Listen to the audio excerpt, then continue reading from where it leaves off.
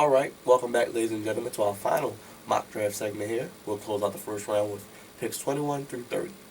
Okay, Demarus, 21st pick goes to the Oklahoma City Thunder. Came up short in the Western Conference Finals. What do they need here in the draft? I think the Thunder mainly needs bench help. They also need a backup or starting point guard and more offensive options throughout their roster, outside, of course, of Kevin Durant and Russell Westbrook. Darrien, who did the Thunder go after here?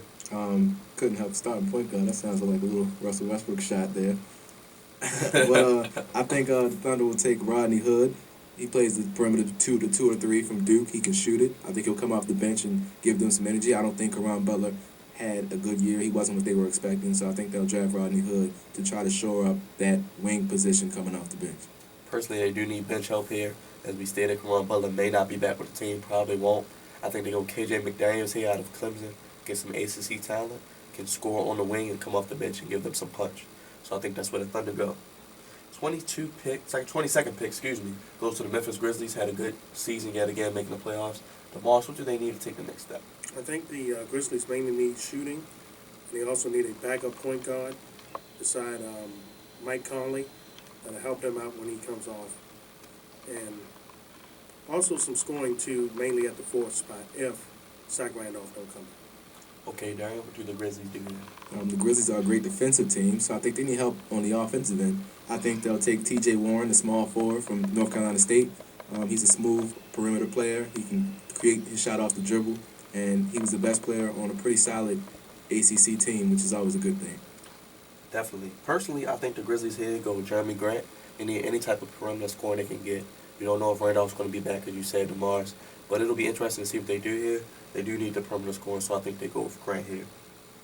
23rd pick, the Utah Jazz are back here again in the first round. Demarus, what do they need to help round out their roster? I think the Jazz, with this pick here, will use it to get a guy to space the floor and also to pick up a two-guard.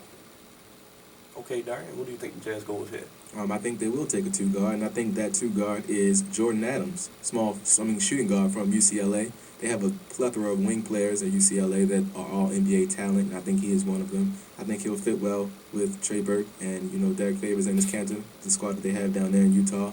And I think if they can grow and gel together, they may actually still not be good enough in the tough Western Conference, but I think he's the best option that they have. Personally, I think the Jazz here go with C.J. Wilcox. They need somebody who can stretch the floor and score. They have Favors and Cantor. They're more of a back-to-the-basket type of players. Somebody that can stretch the floor and help Trey Burke and Alex Burks to see what the Jazz can do to try to compete in the Western Conference, which is very tough. 24th pick, the Charlotte Hornets, as we stated. First season back. First-round pick. Demarus, what do they need here as well? I think what will help the Charlotte Hornets return back to prominence in the Eastern Conference will be scoring help and also a power forward to back up Al Jefferson when he comes off and goes to the bench at times. Okay, Darrien, who do you think the Hornets take here? I think they need some perimeter help, and I think they'll get that from KJ McDaniels, small forward from Clemson. He has nice length on the perimeter. He can shoot it a little bit, and I think he can improve his overall offensive game, but I think he's raw talent, and he can improve if he works on his game. He'll fit well with Kemba Walker and Al Jefferson, and I think the Hornets will improve on that 8 seed that they got, or 7 seed that they got last year in the playoffs. Personally, I think the Hornets here go with P.J. Hairston. Somebody they compare the backcourt with Kemba Walker. Hairston played with the D-League this year, was with Carolina, but was dismissed from the team for off-the-court reasons. But I think a guy that can come in, fill up the numbers in the scoring department, and be good with Kemba Walker and Al Jefferson. Make them a formidable young team in the East. All right, 25, the Houston Rockets. Disappointing first season for Dwight Howard. Team eliminated in the first round. Kevin McHale might be on the hot seat this season. Demarus, what do the Rockets need to get past the first round? I think mainly the Rockets need a backup point guard and come behind Harden. I don't think Jeremy Lin was not the answer. I also think they might need to pick up a small forward in case Parsons is not back. And also they just need depth in general on the wings. Darrien, what do the Rockets do here? I think they do get depth on wings, and I think they get P.J. Hairston, a guy he's in the D-League right now, but he was at North Carolina. I think he's a top 10, maybe top 15 talent in this draft, but he fell down due to his off-the-court issues at Carolina, which led to him being dismissed from the team.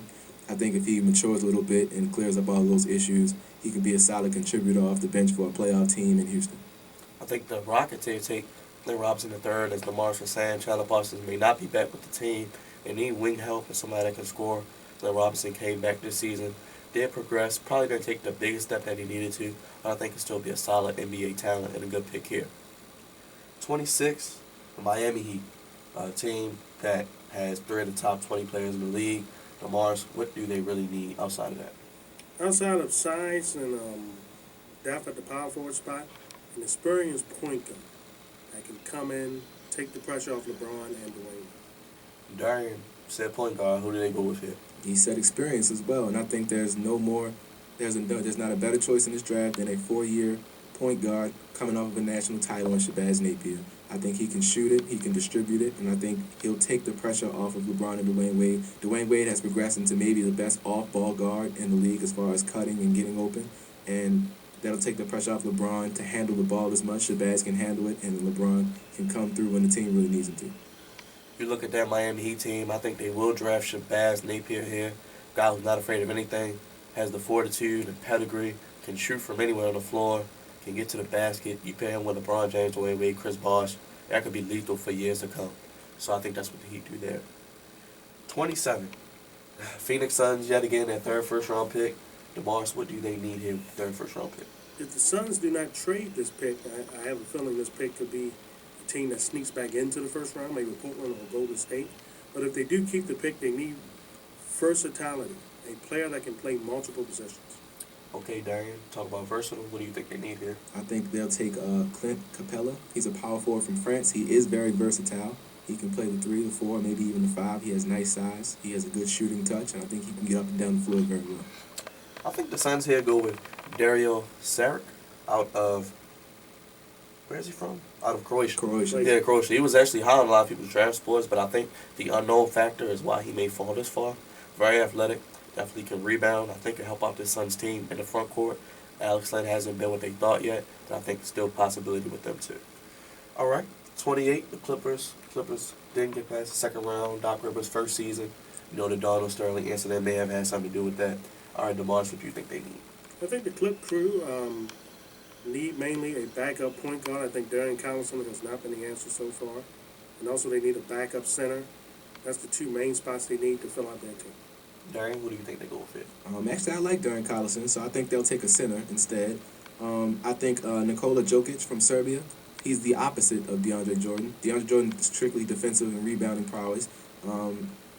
Jokic is more of an offensive threat, and I think that'll help them. They need that low post consistent threat. Blake Griffin has developed into a very good offensive player, but I think he has the potential to have a better low post game than anybody that they have currently on the roster. I think the Clippers need size here, a big that can make free throws in the crucial moments. They did get Big Baby, Glenn Davis, but that didn't. He may be gone, a free agent.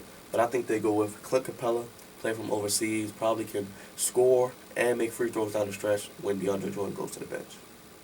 29, Oklahoma City Thunder, their second first-round pick. Demarus, what do you think they need here as well?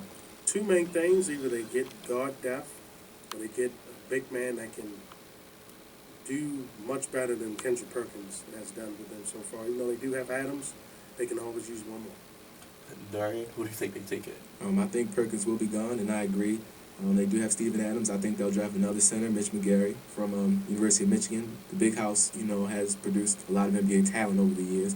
I don't know if he'll be to the level of those guys, but he's a solid help. He can fit in a good, almost great team in Oklahoma City. I think if they can find a place for him, he can be more productive than even Steven Adams was this year. Oklahoma City Thunder, they need guard depth. They have Russell Westbrook. They have Reggie Jackson. But I think they go with Jordan Clarkson here, somebody who can help them at that guard position coming off the bench as well, and be able to help to give them a punch to get them over the hump in the West. All right, last pick in the first round goes to the San Antonio Spurs at number 30. Demarus, the Spurs' history in the draft has been very great with their history. What do they need here? I think the Spurs here need 2 things, really. Post depth, we know Tim Duncan's getting up there, obviously. And also athleticism. Outside Kawhi Leonard, I don't think the rest of the Spurs really have any athletic players. They need to get that to get to the next generation of San Antonio Spurs. Okay, Darrien, the last pick, what do the Spurs go with here? The Spurs are probably the best drafting team in the NBA over the course of the last 20 or so years. I think they do help that front court. I think they get Walter Tavares. He's 7'3". He's a center from Spain, and I think he'll help Thiago Splitter and Tim Duncan as he finishes out his career. And he has the potential to grow into a nice player. He has a nice mid-range touch, as most European guys do. And I think he can help the Spurs right away. Personally, I think the Spurs here, like you said, one of the best drafting teams in the league. I think they go with post depth here. Tim Duncan may or may not be back, depending on how the finals go. But looking at Mitch McGarry out of Michigan, could definitely develop under Greg Popovich's scheme, have great post depth, and definitely can help out this team, as Demarus said, moving into the next generation. So that wraps up our mock draft here. We all know the first round can produce just about anything from trades to surprise picks. But we here at BKD TV would like to thank you for watching, and we'll see you soon.